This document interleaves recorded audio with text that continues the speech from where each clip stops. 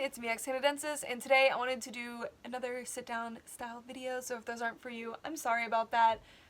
Today's topic is, do people in real life know that I collect dolls?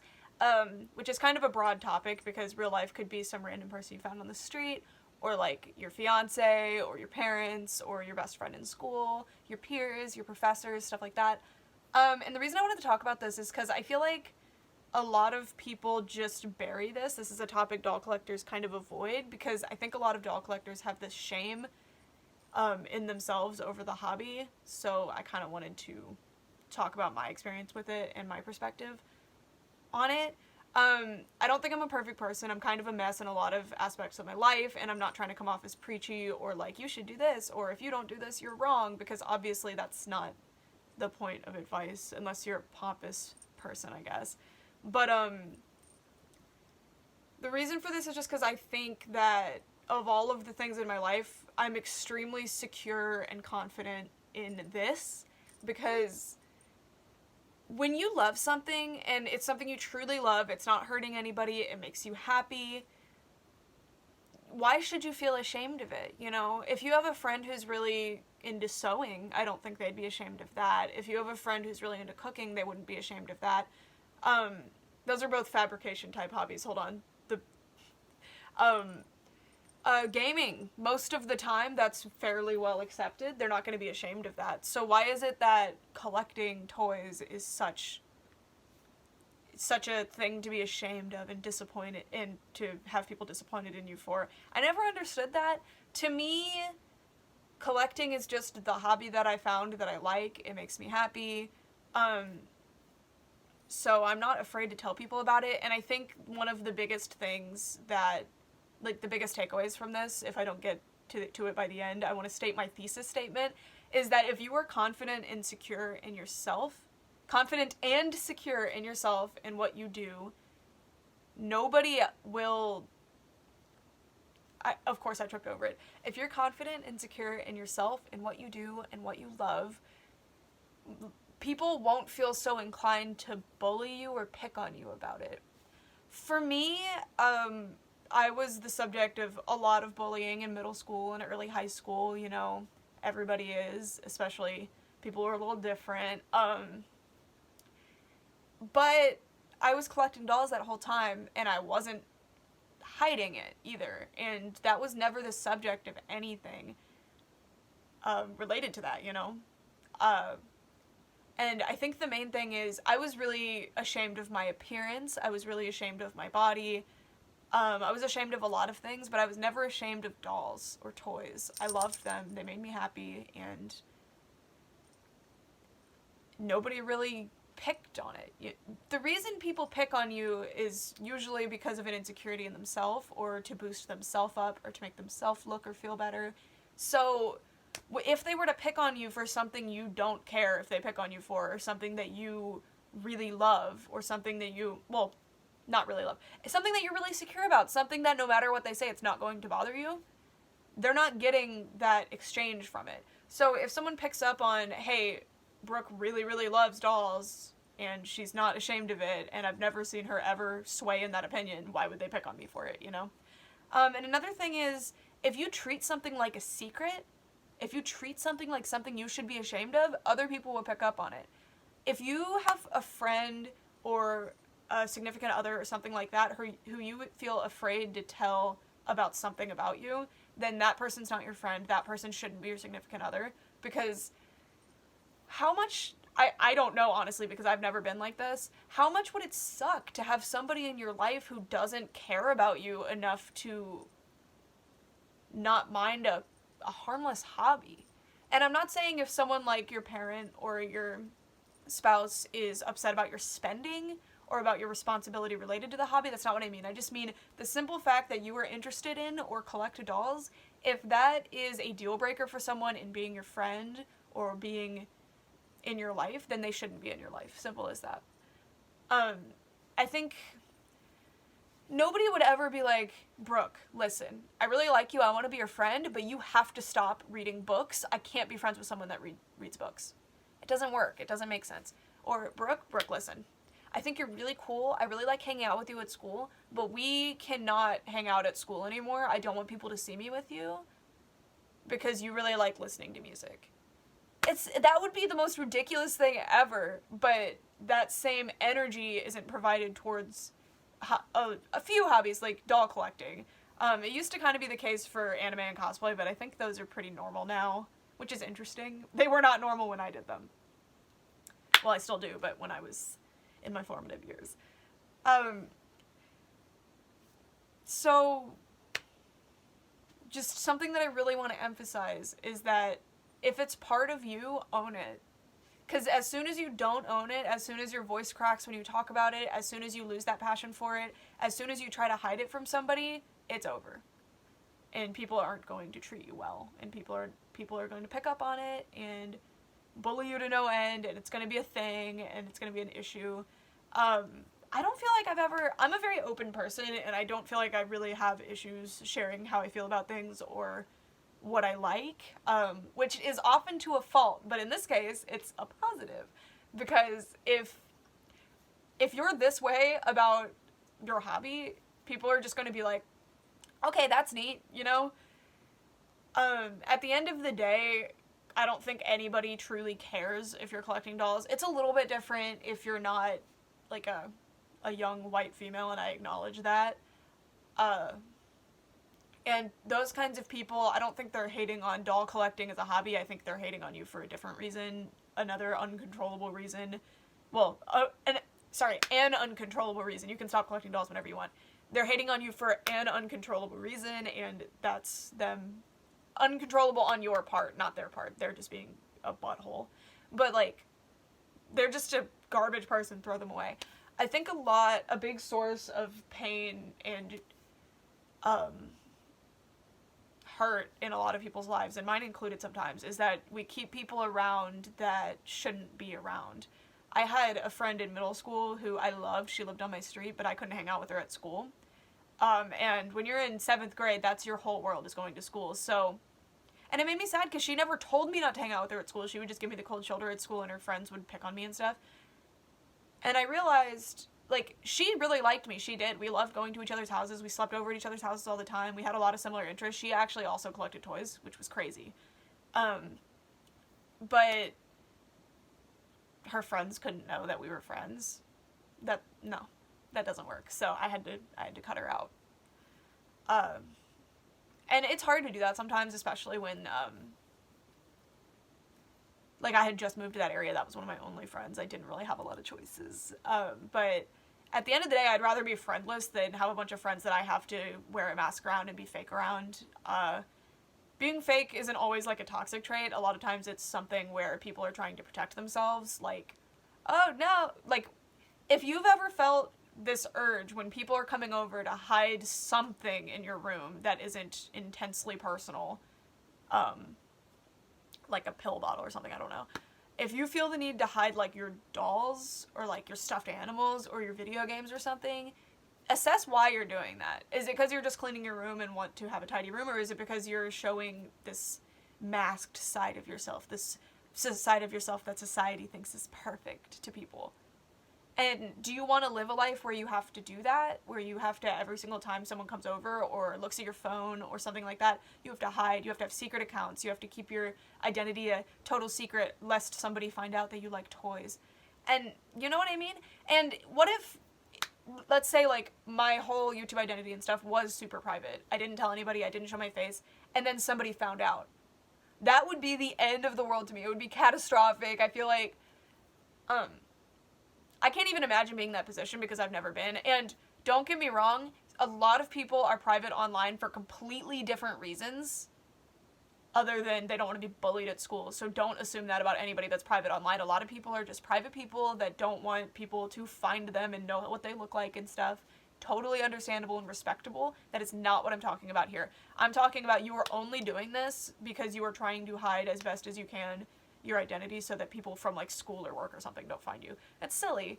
For me, I think I catch people off guard sometimes. One time, in 2020, spring of 2020, I was on a field trip before the virus happened. I was on a field trip to like in my geology field class, and it was like really early in the morning, and I was talking about how the day before I was up all night to go get the Disney doll, because that was a Saturday and this was a Sunday. So I was talking about how I had to stay up all night the night before, and I drove for like all this time and all this stuff. I didn't say for the doll. I just said like, oh, this sucks for me. Like, I'm gonna take a nap, guys. Hope you don't think that's weird, because it was a really long ride. And they were like, why were you up all night? What were you driving to go to at like 2 a.m.? And I was like, oh, I was going to the Disney store to buy a doll. And they were just like, okay. and that was that. And then I took my nap. People don't care. If you're like, oh, I was hoping I wouldn't have to tell you this, but never mind, no. And then they like look on my Instagram and see that it was a doll. It would be like, whoa, what a freak, what's wrong with her? Ooh, when I was in my freshman year at UT, which was actually my junior year, because I got my associate's degree in high school, but like it was my first year in college, in like in a university, but I already had a degree, okay? I was like actually completely sexually harassed and ridiculed. There was an entire group chat dedicated to doing this to me, like sending pictures, like close-up pictures of my butt and stuff, and all kinds of fun stuff just to bully me.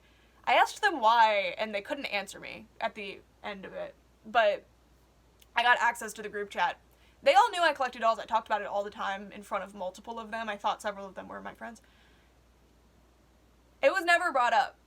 One time they made fun of me for wearing a Pokemon shirt, and I think it was because it was really small, because it was a Pokemon shirt from 1999, and it was like a child size, like it did not fit me. That was the one time anything related to not my body or my personality was being ridiculed.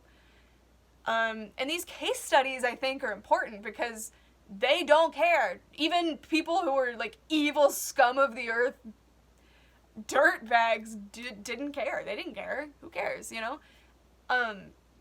Because it's just a hobby. If you treat it as, oh, that's my hobby, they don't care. I tell people at work all the time, like, ooh, I'm so excited, I have a package coming. And they'll be like, what's your package? And I'll be like, oh, it's dolls. Like, I collect dolls. My research advisor, I'm a master's degree student, and I was at a meeting with him, and I was like, I'm so sorry, like, I've got to run. I have a package that I have to sign for at home. And he was like, what is it? And I'm like, it's the prototype. It's like doll prototypes. I'm so stoked about it. And he was like, that's sick, yo. I think now especially it's easier because toy collecting has become a lot more mainstream, which is a positive. But even before that, for me, I didn't care. I was 16. I would bring like Monster High dolls to school. I would go out in public with them and take pictures. There was a brief period where if I went into the toy aisle and there were other people there, I would feel super awkward, so I would have a fake phone call and be like, hi, haha, Lily! Yeah, what does your friend want for her birthday? She wants that one? Let me see if they have her. Oh, they do. Oh, yeah, she'll love it. That's great. Okay, bye. And when you do stuff like that, or when you act like that related to your own hobby or yourself or something about yourself, you're going to start to believe it and feel that way about yourself. And I don't think anybody should be ashamed of their harmless hobby that doesn't hurt anybody. It makes me really sad. Sorry, he's trying to walk into a bunch of bags and make a lot of noise. Because I leave a pile of bags there because he really likes playing in them. You sweetie. But, like, it makes me really sad to think about that mindset, because I've definitely been there a couple of times. Overall, I can't keep secrets, so it's not something that I was able to do, so I just let it go and didn't tell anybody. I let it go and didn't try to hide it from anybody. And, yeah, I know it's hard with family, or, like, when you're in high school or junior high and the center of your entire world is your friend group. That's all you have, and it feels like there's never going to be anything else. So it's scary to show somebody your authentic self when you don't think that they'll accept it. But honestly, I just think it's really sad and not a life worth living if you're just in it to please other people, or you're in it to have to hide yourself for a large portion of it. That's really sad. That's just not cool, you know? And honestly, for me, I feel like most people, when they find out that you have some niche hobby that you're really proud of, and like that you're really proud of, they think it's cool.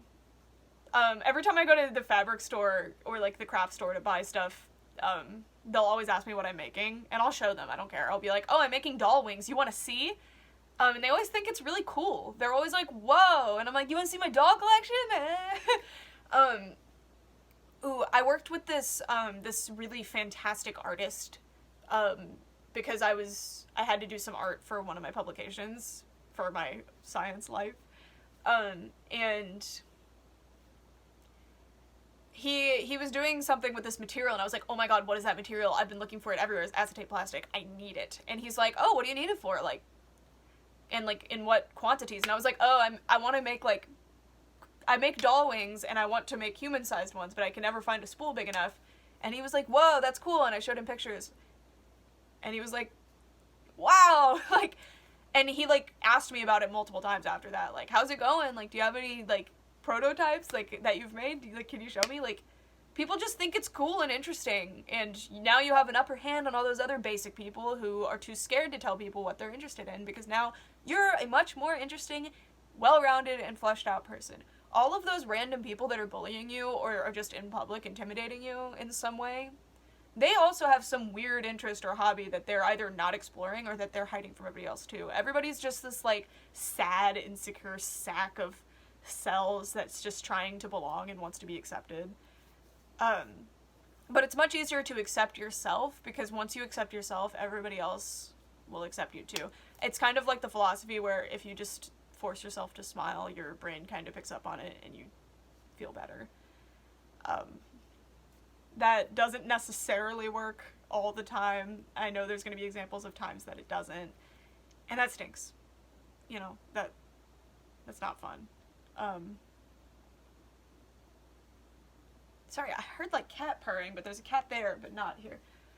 And it really stinks. And there's situations where people's parents are being extremely horrible about it and they won't accept you, but family doesn't have to be forever. You can choose your family, you know. If your family sucks, leave them. My mom did. My mom's family sucked. She left them.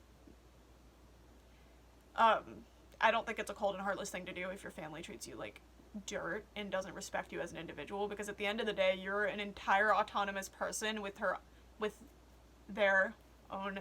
Sorry, I was kind of talking about myself. Her. But you're an entire autonomous person piloting a meat sack that has their own thoughts, feelings, philosophies, and, like, direction in this world and interests. And why should you let some other person's meat sack tell you what to do? That's ridiculous. And it's not really fair. To my understanding, and to the understanding of science right now, this is it.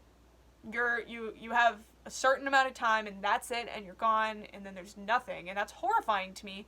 And I can't imagine living my days for somebody else in the way that would make me miserable or would make me... Sorry, I hate talking about existence, but I just can't imagine spending this limited amount of time. I could die tomorrow, so why should I spend a day pretending to be something that I'm not just to please somebody else? Why should I let that person have a part of me or have part of my life? And it makes me sad thinking about the people who were toxic and horrible and cruel to me that I let have part of myself, and I let them have my time and my energy. And I think a fatal flaw that I do have is that I kind of refuse to see the bad in people until it's too late, and until they've hurt me or until they've affected me. Because I like to give everyone the benefit of the doubt and see the absolute best in people, and I always excuse people's terrible actions towards me. Because truly I don't think anybody is inherently evil. I think a lot of people have gotten there, but I don't think anybody's inherently evil. So I try to be patient and kind with people. Sometimes I'm snippy though. But, you know, we all do it where we just really want to be friends with someone so bad. I was in a really dark place 2 years ago, and even kind of now, where I would just let anybody who I possibly could, who would, like, give me attention, I would let into my life, and it got me into some sticky situations, and it, to this day, really disappoints me and upsets me, and I'm embarrassed and ashamed that those sorts of people got to have my time and my energy and myself, because there's a limited amount of me to go around, and they didn't deserve it. And they treated me like dirt, they used me for money or whatever else they wanted from me, and then they threw me away. And that sucks, and nobody deserves to be treated like that or feel like that. And I think once you start avoiding the people who have predetermined labels for who you should be and how you should act, I think you will have a better time. I hope that makes sense. I hope I got to everything. Got a little too far at the end there, I'm sorry. Anyways, thank you guys so much for watching. Don't be ashamed of your hobby, whatever it is. I'm sure you're pretty cool, and that your hobby is pretty cool, and that you're great. Thanks so much for watching for all this time. Bye.